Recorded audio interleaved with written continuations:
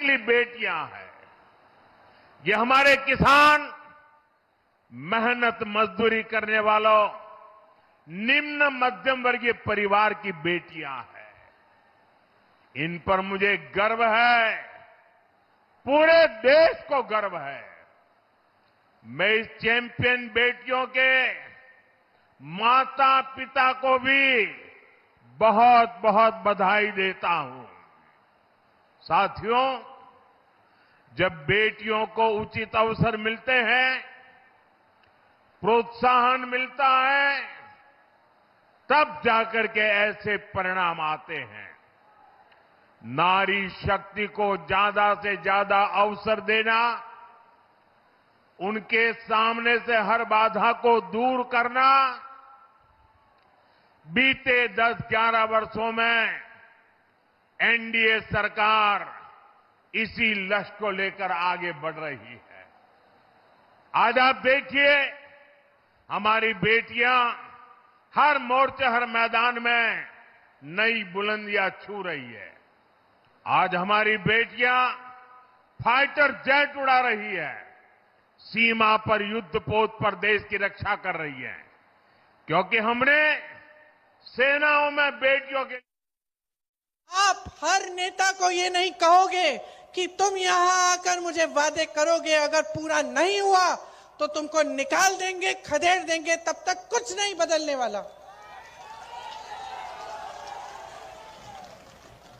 और मैं सिर्फ भाजपा के नेता के बारे में नहीं कह रही हूं, मैं कह रही हूं कि आज मैं आपके सामने आई हूं। अगर मैं कुछ वादे करके गई और वो वादे पूरे नहीं हुए तो मुझे भी आप कह देना कि अगली बार मत आओ। यहां प्रधानमंत्री जी, अमित शाह जी आते हैं, बोलते हैं मैं कितना दूं बिहार को, कितना पे बताओ, 50 करोड़ दूं, 75 करोड़ दूं। पूछिए 20 सालों में क्यों नहीं दिया? पूछिए उनसे, कहिए उनको कि यहां हमारा गुजारा नहीं हो पा रहा है, हम दुकान जाते हैं कुछ खरीद नहीं पा रहे हैं त्योहार के लिए। त्योहार आता है जी घबराता है कि दिवाली आ रही है, छठ का त्योहार है, मेहमान आएंगे, खाना कैसे खिलाएंगे, बच्चा बीमार होगा, दवाई कैसे दिलवाएंगे, घबराहट होती है। समझाओ इनको, क्योंकि अंधे हो गए हैं, देख नहीं रहे हैं, ये लोग समझ नहीं पा रहे हैं कि किस दलदल में इन्होंने डाल दिया इस देश की जनता को। किस दलदल में खड़े हो आप कि सामने भविष्य नहीं दिख रहा है, रोजगार नहीं दिख रहा है, शिक्षा हो जाती है, नौजवान लड़का है, नौजवान लड़कियां हैं, इंतजार करती रहती हैं कि नियुक्तियां हो जाएंगी। हमने पेपर दिया है, हमने इम्तिहान दिया है, नौकरी के लिए मिल जाएगी, मिल जाएगी। आपको मालूम है यूपी में एक लड़का मिला मुझे, और ऐसे हजारों लड़के होंगे, हजारों होंगे। उसने कहा दीदी मेरी शादी तक नहीं हुई। मैंने कहा क्या हुआ? कहता है मैं 28 साल का हो गया हूं, मैंने सारी पढ़ाई लिखाई की है, मैंने पेपर दिया, फिर से दिया, फिर से दिया, और मैं इंतजार करता रहता हूं कि मेरी नियुक्ति हो जाएगी, लिस्ट निकल आएगी। वो लिस्ट ही नहीं निकलती।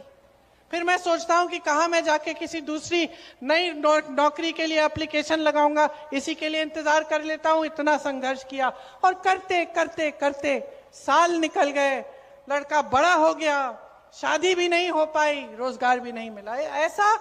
ऐसा सिर्फ एक जने के साथ नहीं है, तमाम नौजवानों की ये हालत है। तो बदलाव लाना है, और बदलाव आपके हाथों में है। यही तो सुंदरता है हमारे देश के बारे में। हमारा लोकतंत्र है, और लोकतंत्र का मतलब है कि हमारे संविधान ने आपको वोट दिया, जिससे आप किसी की भी सरकार निकाल सकते हो, आप कोई भी सरकार बदल सकते हो। तो जागोगे कि नहीं? नहीं, मुझे सुनाई नहीं दिया, फिर से बोलो, जागोगे कि नहीं? बदलनी है अपनी परिस्थिति की नहीं? रोजगार यहां चाहिए कि नहीं चाहिए? बोलो हमें चाहिए। बोलो शिक्षा हमें यहां चाहिए। बोलो चाहिए। और अपना मन बनाओ, चुनाव आ रहा है, आने दो सबको मंच पे, देने दो बढ़िया बढ़िया भाषण, सुन लो सबकी बातें, लेकिन उनकी बातों का आकलन करो, अपनी समझदारी, अपने विवेक का इस्तेमाल करो। दूर दूर तक का कोई नाता नहीं है। एनडीए की पहचान विकास से है और आरजेडी कांग्रेस की पहचान विनाश से है। मैं सहरसा की जनता के सामने 2 उदाहरण देता हूं। साथियों, कोसी महासेतु रेल पुल का शिलान्यास साल 2003 में पूर्व प्रधानमंत्री अटल बिहारी वाजपेयी जी ने किया था, 2003 में। लेकिन इसके बाद 2004 में आरजेडी के समर्थन वाली दिल्ली में मनमोहन सिंह जी की कांग्रेस की सरकार बन गई और उसके बाद यहां 2005 में नीतीश जी के नेतृत्व में सरकार बनी।